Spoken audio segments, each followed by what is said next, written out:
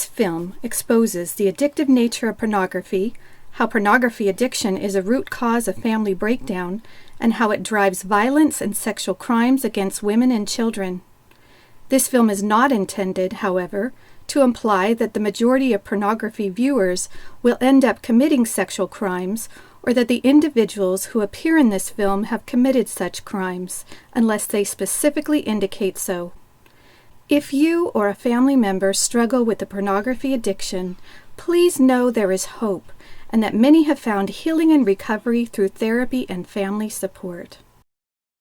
My first exposure to pornography was around age 8. I was probably 8 or 9 years old, and I stumbled upon some pictures of pornography. It was more after we were married that he discovered it, when we had it coming through our TV in a rapid, excessive, anytime, 24/7 hour rate. So my first experience with pornography was at my cousin's house, and it was on this gaming device with internet connection, and I don't think his parents even knew that it had internet connection. And so he was first exposed to pornography when he was 7 or 8 years old, he thinks. And a lot of times I'd hide them under my bed or in my dresser, that sort of thing, and I'd flip back to them. I felt naturally drawn to them. Go to the library and try to find books that were exciting, of sexual nature. Like while you're looking at it, I suppose it's it's thrilling, like it's awesome while you're in it, but then afterwards it's just, I guess, this feeling of like disgust and shame and like, why did I just do that? What was the point of that? And he did get in trouble even in kindergarten for having cut out like the underwear ads, he and his friend, and they had those in their desks in kindergarten. So one of the fascinating things that's been happening over the last 10 years is because of technology, we've been able to see how pornography and sexual addiction affects the brain. Pornography is a drug which produces an addictive neurochemical trap. It is a pheromone.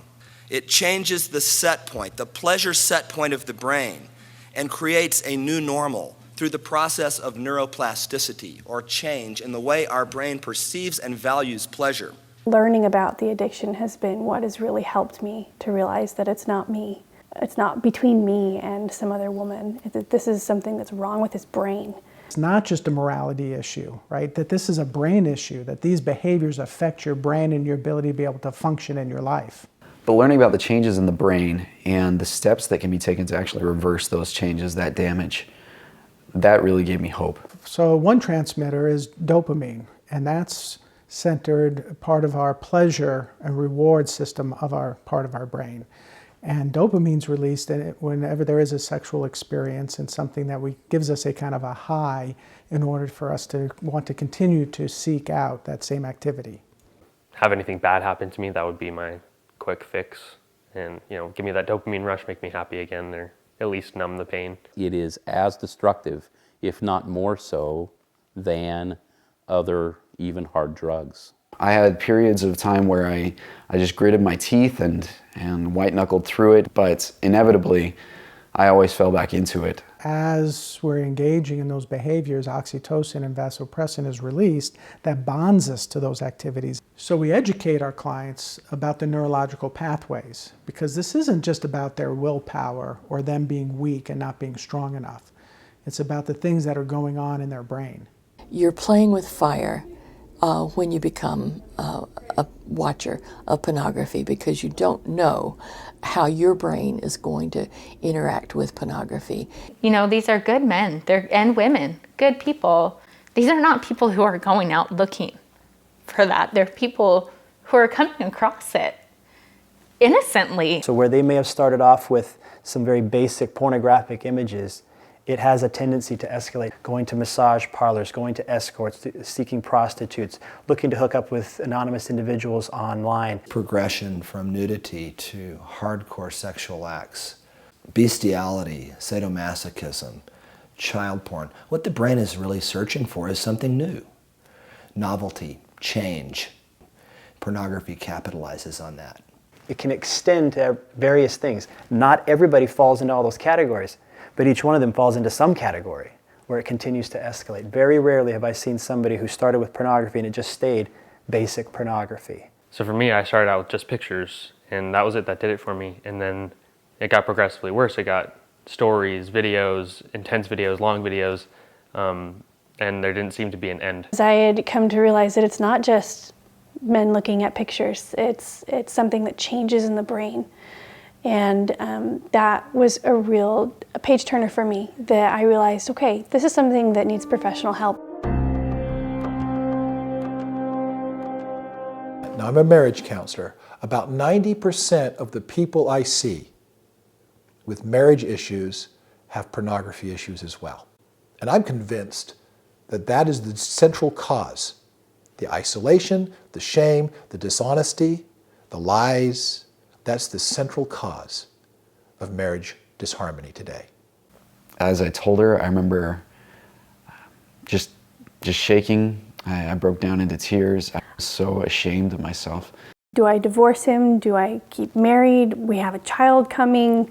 You know, we're butting heads because I'm trying to say what you did is terrible, crazy, terrible, and I'm angry and I'm mad and I'm like a cat in a cage. I'm just like, you know, I just want to, you know, tear him to pieces, and he's just trying to protect himself. You know, he's getting found out and he has other deeper, uglier things that he's hiding still. And all of this time, all of this money, all of this effort that has been put towards a sexual addiction, you could be something incredible. When he would do that, I would know what was going on, but he would lie about it continually. And then you start to not trust yourself. And this is the destructive power of pornography, that it disrupts our primary relationships. Without pornography, if an individual is distressed, their instinct sends them to their loving relationships, to a spouse or to a friend.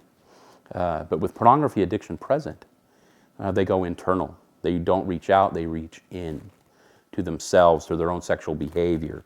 His story was more of telling me, don't worry about it, every guy does it, every guy needs it, it's normal, it's healthy. I spent so much time trying to figure out what was truth and what was a lie, and I would look back at pictures and they would just make me sick because I thought, well, you were lying. And not only did I have to go get tested, he went and got tested when I was on the table, you know, gynecologist table, and we were going over what I could possibly have, you know, chlamydia, syphilis, herpes, and then she started talking about, we're going to test you for HIV, we're going to test you for AIDS. I don't think there was a time in my life when I've ever felt so defeated as a woman and a wife and a lover and a friend and a human being. So the problem is these men are viewing these images of women and have fantasies of these women that don't have any needs and are just there to fulfill their needs. And so when the real women in their lives have needs, they become angry and resentful about it. And Nicholas Tinbergen, who won the Nobel Prize in 1973, described a supernormal stimulus. He first started with birds. He painted bird eggs bigger and prettier than normal bird eggs and found that the birds would leave their own eggs and roost the plaster eggs because they were bigger and prettier. It was a higher, supranormal, over what they encountered in nature. Then he painted female butterflies' wings bigger and brighter than normal female butterflies, and these male butterflies actually mated or tried to with the paper female butterflies and ignored the real female butterflies. Nobody can compete with altered, fake, over-enhanced, and absolutely extreme pornography. You have this virtual attachment to these artificial humans. It's not reality, and I think that's the problem, is that the men get sucked into that and then they expect it, and then the women feel like that's what they need to be. And I don't want this dull, normal. I want exciting. I want new. I want enhanced. Dysfunction, erectile dysfunction results. Pornography is leading to sexual dysfunction. Psychology Today online had an article 2 years ago about something they called porn-induced sexual dysfunction. And what they said is it's a problem for guys in their 20s. They've been looking at pornography for 10 years by that time, masturbating to it, and that's imprinted on the brain. That's where they get their sexual excitement. We're finding men younger and younger are having difficulties with erectile dysfunction because what they have found arousing in the pornography, they're not able to achieve in their experiences with women.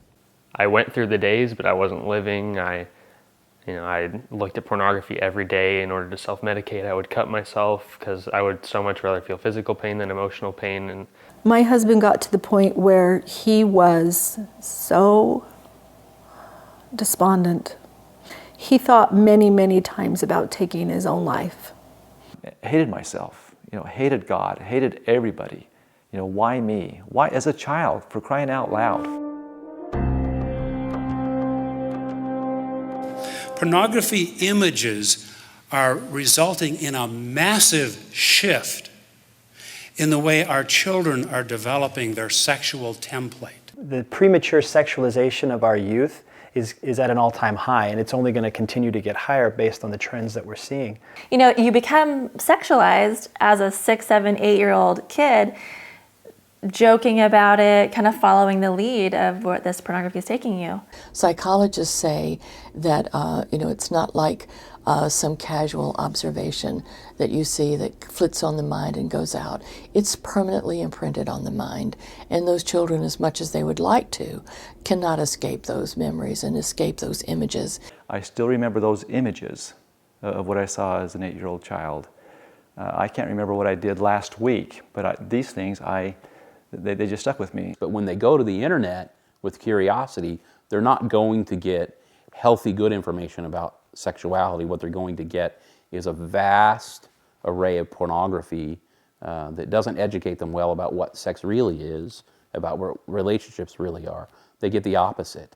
But children aren't in a capacity to make informed long-term decisions about that. Again, we're learning much more about the brain. Children's brains are very uniquely unadapted to that.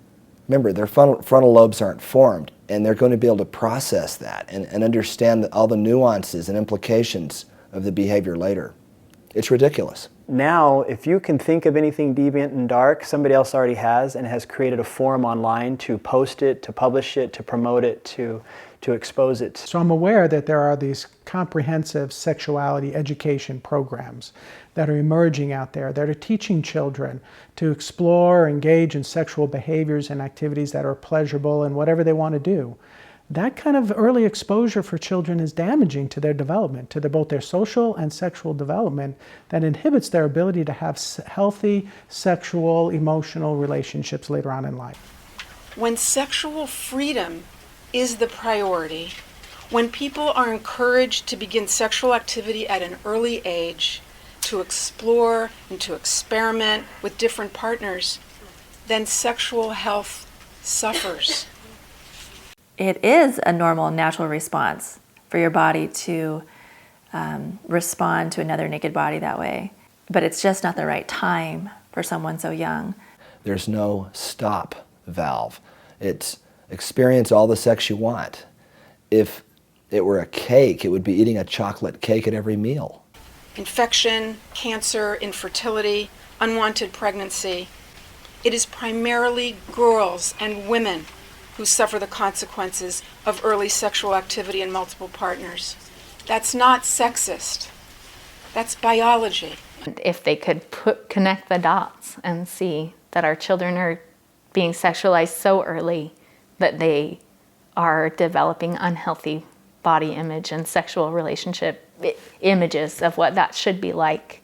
And an attempt to provide it for adults has fallen into the hands of children and adolescents in a way that is seriously destructive to their own emotional and sexual development.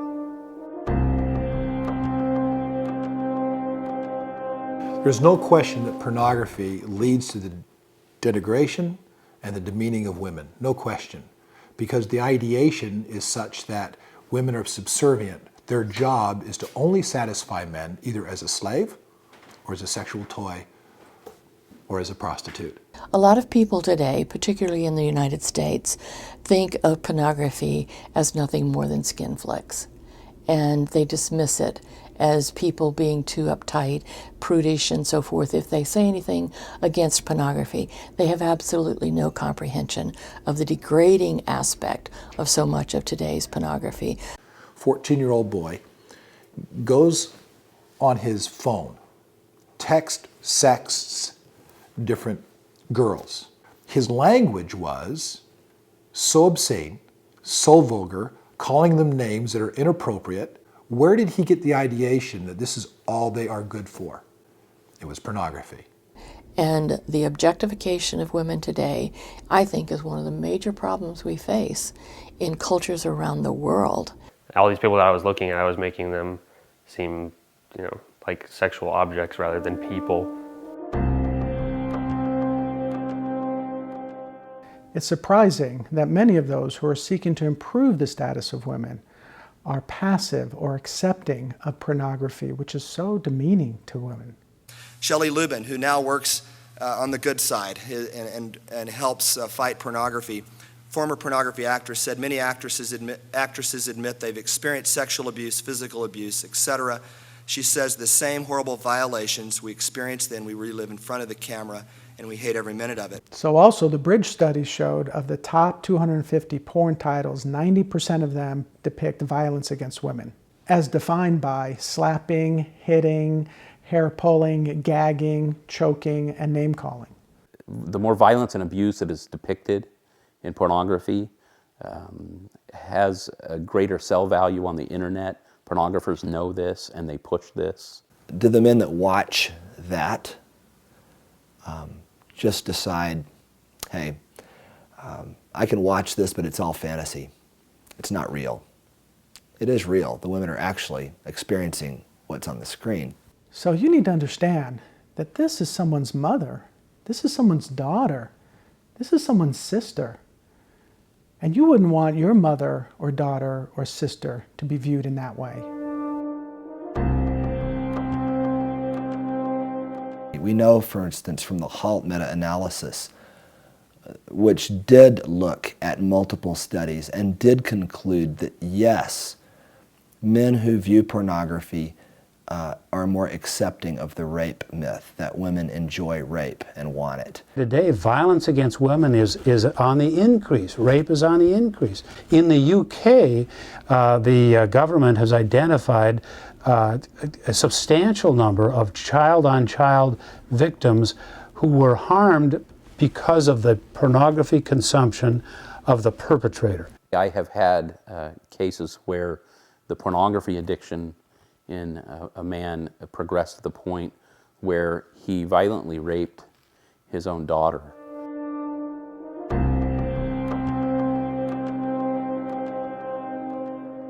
Most of the individuals that I work with, their desire and appetite for seeking somebody like a prostitute had its origins in their exposure to pornography. Victims of prostitution and violence and trafficking will tell you that the industry has gotten so much more difficult because the men are demanding much more violence than they ever did before.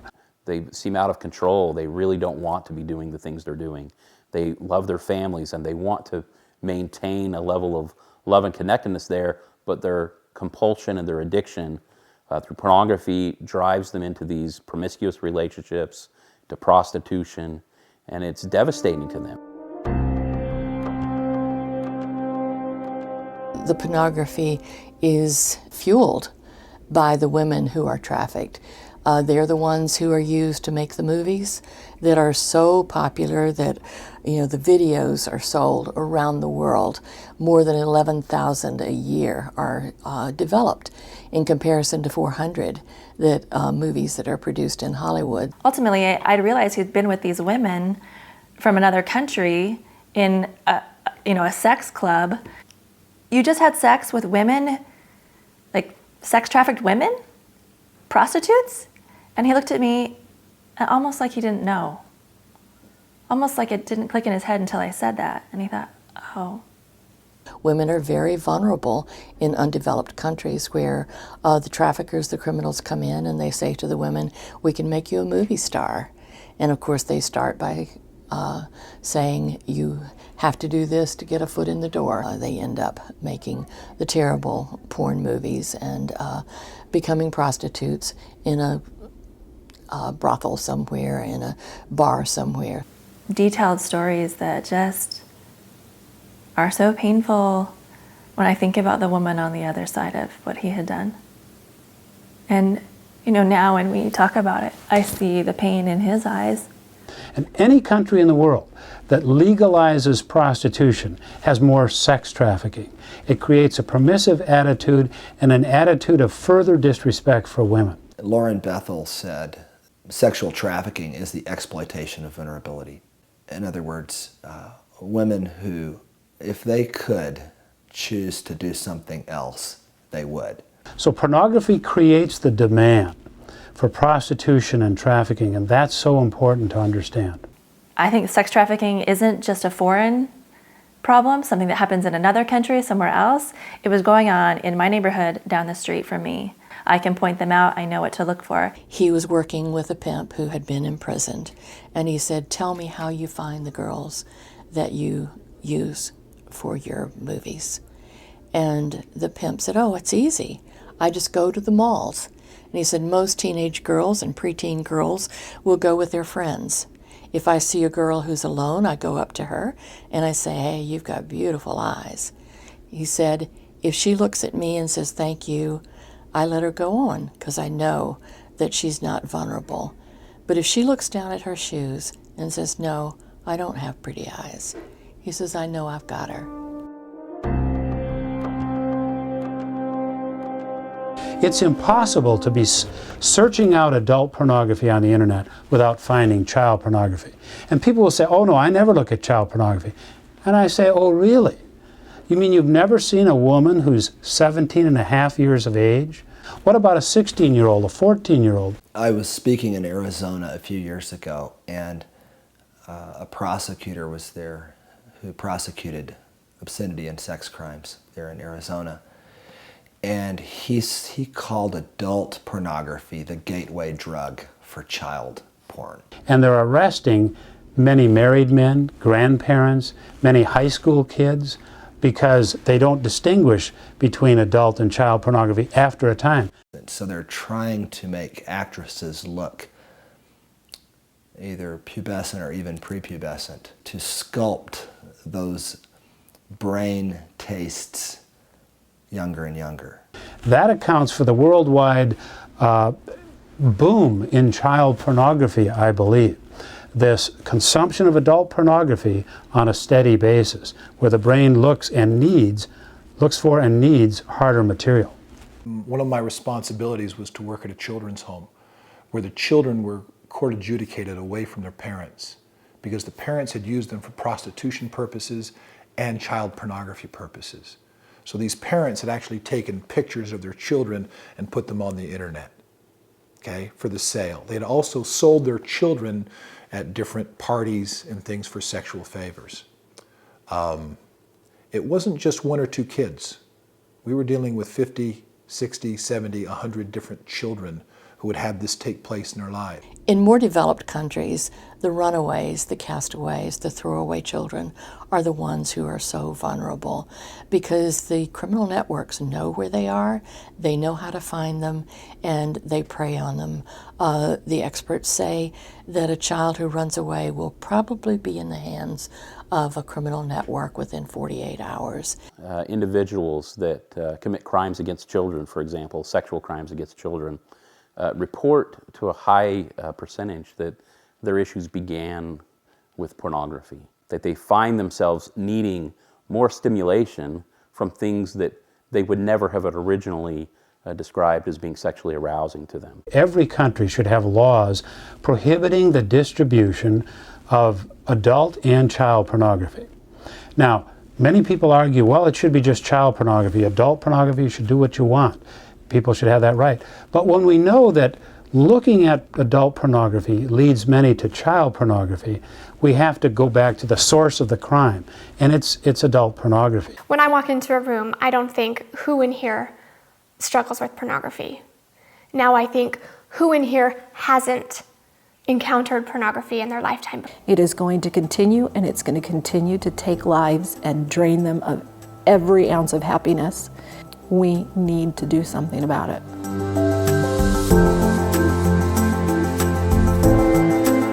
Knowledge is power.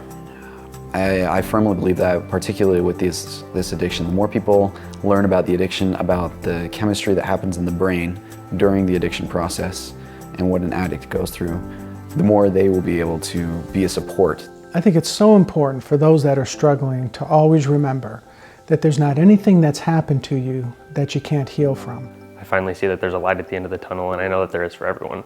There's a great Elizabeth Kubler-Ross quote about beautiful people. And she says that beautiful people don't just happen, that the most beautiful people we have known despair and loss and misery and suffering. No one said it would be easy, but they said it'd be worth it.